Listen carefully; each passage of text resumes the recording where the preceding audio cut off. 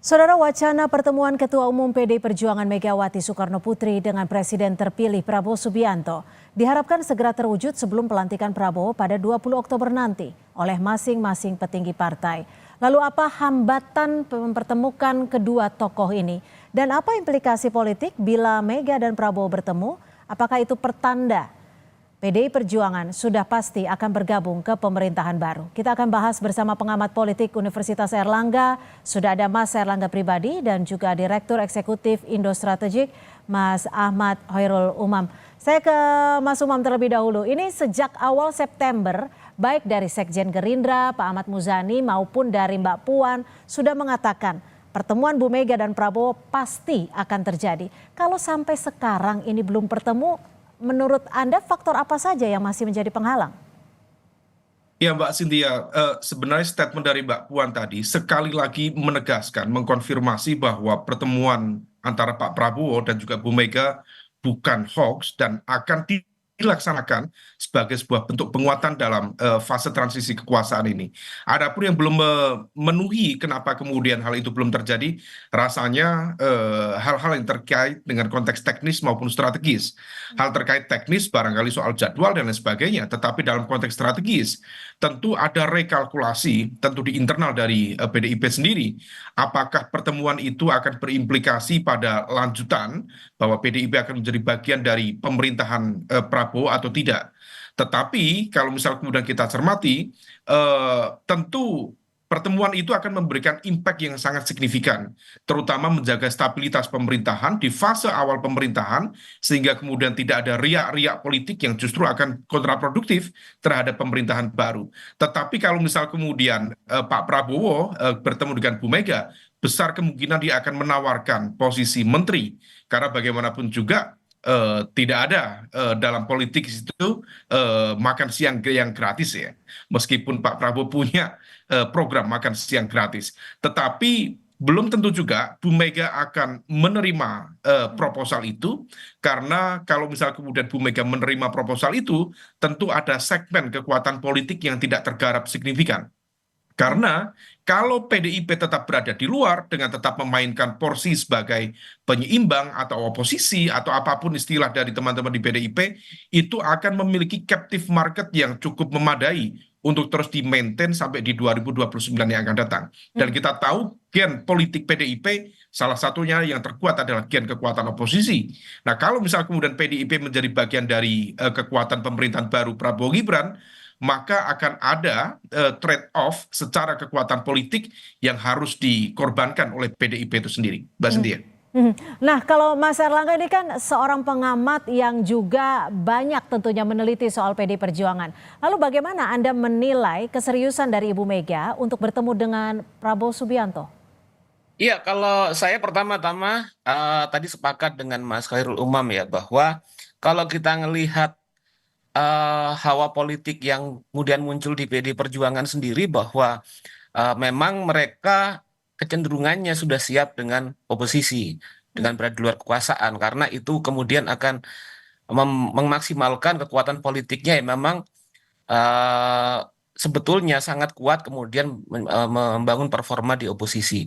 Nah, tapi kemudian kalau kita melihat di sini bahwa dalam kalkulasi politik sebetulnya pihak Pak Prabowo sendiri memiliki kepentingan yang sangat kuat untuk merangkul PDI Perjuangan. Karena kemudian dengan performa PDI Perjuangan sebelum 2014 itu kuat sebagai oposisi, tentu Ya. akan membuat persoalan problem politik apabila kemudian Prabowo sendiri membiarkan PD Perjuangan sebagai kekuatan oposisi. Nah, ini kemudian jadi complicated. Namun demikian, kalau misalnya dalam proses pertemuan politik yang muncul, itu kemudian yang terjadi adalah PD Perjuangan misalnya Mhm.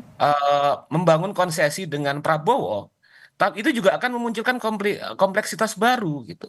Karena kalau kita melihat PD Perjuangan dan terutama Bu Mega sendiri memiliki problem politik gitu dengan Pak Jokowi, dengan barisan politik Pak Jokowi. Nah, kalau itu yang terjadi, maka akan memunculkan ketegangan-ketegangan di dalam koalisi-koalisi yang terbentuk di dalam istana itu sendiri gitu. Hmm. Nah, dari sini kemudian saya melihat bahwa pada satu sisi posisi dari Pak Prabowo Subianto itu kemudian sangat mengharapkan PD Perjuangan untuk masuk dalam pemerintahan. Mhm. Dan kemudian kedua di sini kelihatan bahwa PD Perjuangan memiliki bargain politik yang kuat. Mhm. Karena kemudian dalam posisinya sekarang mereka terbukti kemudian dalam posisi oposisi justru berhasil menaikkan rating politiknya, dukungan politik masanya gitu. Nah, kemudian apabila kemudian masuk ke dalam pemerintahan, tentu PD Perjuangan sendiri memiliki konsesi-konsesi politik yang Oke. cukup kuat gitu. Artinya PD Perjuangan dan Bu Mega sendiri tidak mau ditempatkan misalnya dalam barisan koalisi kelas 2 gitu kan. Melihat power Mhm. politik yang mereka miliki gitu. Mhm. Mhm. Mas Umam, saat ini kan pergantian sudah tinggal menghitung hari. Ini yang menentukan kapan ini untuk pertemuan itu sendiri? Ya, tentu upaya pendekatan itu sudah terus dilakukan. Dan kalau misal Mbak Puan sudah mengatakan bahwa akan dilakukan sebelum pelantikan 20 Oktober, maka besar kemungkinan setting pertemuan itu sudah dimatangkan. Nah, adapun kemudian nanti kapan dilakukannya, saya pikir tinggal menunggu waktu. Adapun kemudian dalam konteks kelancaran ya, per hari ini memang tidak ada satupun korelasi, resistensi maupun hambatan dari Bu Mega dengan Pak Prabowo. Dari dulu praktis tidak ada. Dan hal itu berkali-kali disampaikan oleh teman-teman PDIP bahwa tidak ada hubungan atau resistensi apapun antara Pak Prabowo dan Bu Mega. Mhm. Nah, yang menjadi kendala, betul yang disampaikan Mas Erlangga tadi, bahwa relasi antara Jokowi dengan PDIP yang dalam pemilu kemarin memunculkan luka-luka yang cukup mendalam, itulah the only one dalam konteks ini yang kemudian menjadi resistensi dari pertemuan Prabowo dan juga Mhm. Megawati itu sendiri. Dan hal ini bisa dilakukan sebenarnya kalau misal Prabowo sendiri memiliki independensi dalam konteks kekuatan politik, tidak merasa kemudian berutang budi terlalu jauh kepada Pak Jokowi yang dianggap memiliki peran dalam pemenangan Pilpres kemarin. Karena kalau misal kemudian kita cermati, kedekatan atau pendekatan Prabowo kepada Megawati bisa saja kemudian menjadi strategi balance of power. Terutama kalau misal kemudian Pak Jokowi atau klan terdekatnya, misalnya Gibran yang akan menjadi wakil presiden yang akan datang, kemudian masuk dalam satu lingkar kekuatan politik tertentu. Let's Mhm. say salah satunya adalah Golkar, di mana Pak Bahlil sendiri diisukan bukan menjadi kekuatan politik yang akan berlangsung panjang, tetapi sifatnya hanya sementara. Kalau Pak Jokowi atau Mas Gibran akan masuk di struktur kekuatan Golkar, maka praktis dalam kalkulasi kekuatan internal Kim, maka Golkar akan menjadi kekuatan yang bisa dimanfaatkan oleh Pak Jokowi untuk mendrive, mempengaruhi, atau bahkan mengintervensi bagaimana langkah-langkah kebijakan publik dan juga kebijakan strategis di bawah pemerintahan baru. Mhm. Kalau misal itu terjadi, maka itu akan menjadi political warning bagi Pak Prabowo yang notabene Gerindra berada di bawah kekuatan Golkar. Nah, oleh karena itu, supaya kemudian bisa menciptakan keseimbangan baru dalam relasi kekuasaan, maka kedekatan sekaligus juga pertemuan antara Pak Prabowo dengan Bu Mega memiliki makna Oke. yang sangat. Eh, Ya, Mas Erlangga, ini kan ada kabar yang beredar soal memilih tempat pertemuan yang diduga menjadi kendalanya. Apakah Penting dan soal, juga strategi Hmm, yang jadi. Mas Erlangga? Ya, saya akan beralih ke Mas Erlangga. Ini kabar yang beredar soal memilih tempat pertemuan yang diduga menjadi kendalanya. Apakah soal lokasi bertemu itu menjadi pesan politik tertentu atau ada simbol di antara keduanya nanti? Iya, saya bisa pahami kalau kemudian penentuan tempat itu menjadi problem ya, karena kita lihat bahwa politik kita sekarang itu kan pemaknaan terhadap simbol itu sangat penting, signifikan. Artinya kemudian kalau misalnya di Kertanegara atau di Hambalang itu kan kemudian ada kesan bahwa yang driving politics itu adalah Pak Prabowo. Mhm. Sementara kalau di Teguh Umar itu kemudian yang memiliki bargain position yang kuat adalah Mhm. Bu Mega. Nah, dalam konteks ini sepertinya juga saya pikir tentu akan ditentukan kemungkinan misalnya adalah tempat yang netral gitu Mhm. di mana masing-masing merasa tidak ada yang merasa lebih rendah daripada yang lain. Atau yang lebih tinggi Ya. atau lebih Nah, membutuhkan gitu ya? betul. Nah, Mhm. karena ini kemungkinan akan dilakukan mengingat bahwa ada kepentingan yang kuat baik dari Pak Prabowo ataupun dari Bu Mega sendiri dalam Kepentingannya mana yang lebih mendominasi, mana yang lebih membutuhkan? Apakah Prabowo Subianto selaku presiden terpilih atau justru PDI Perjuangan? Saya pikir kalau dalam konteks ini ya sebetulnya sama-sama membutuhkan, tapi saya melihat bahwa di sini concern Pak Prabowo cukup kuat untuk merangkul PD Perjuangan, merangkul Bu Megawati. Karena tadi sudah diutarakan oleh Mas Umam bahwa di satu sisi Pak Prabowo ingin membangun politik power game yang lebih kuat gitu. Mhm. Misalnya apabila kemudian misalnya yang terjadi bahwa upaya untuk tetap menempatkan Pak Jokowi dalam orbit kekuasaan misalnya adalah melalui instrumen politik Golkar. Mhm. Kemudian di situ Pak Prabowo hendak menempatkan posisi kekuasaannya independen dari Pak Jokowi tentunya, apalagi kemudian menjadi presiden. Untuk itu dia membutuhkan aliansi baru Mhm. gitu. Nah, Oke. disinilah saya lihat bahwa posisi politik Pak Prabowo sendiri memiliki kepentingan yang lebih tinggi daripada PD Perjuangan. Sementara Bu Megawati sendiri, kalau kita ngelihat dari proses-proses politik yang muncul beberapa waktu belakangan, sepertinya ada confidence apabila kemudian pada akhirnya berada eh, dalam wilayah oposisi, Hmm. gitu. Oke. Nah, di sini kemudian apalagi kemudian peluang untuk kemudian membangun kekuatan yang lebih dekat dengan massa seperti corak dan karakter PD Perjuangan akan lebih terbangun.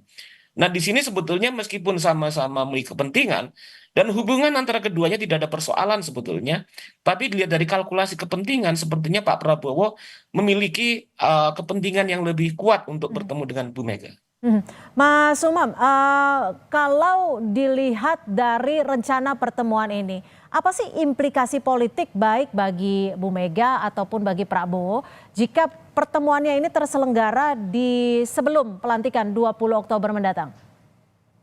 Implikasi politik yang paling strategis tentu ini akan memberikan sinyal yang sangat positif bahwa pemerintahan baru Prabowo Gibran akan didukung oleh hampir semua kekuatan politik di Indonesia. Dalam konteks konsolidasi kekuatan tentu itu sangat baik. Misalnya kemarin Pak SBY, Pak Jokowi berdua menyatakan akan siap mendukung penuh pemerintahan baru. Kemudian Bu Mega berhasil ditemui oleh Pak Prabowo akan memberikan dukungan penuh misalnya kepada pemerintahan baru. Terserah apakah kemudian nanti akan include di dalam pemerintahan atau tidak.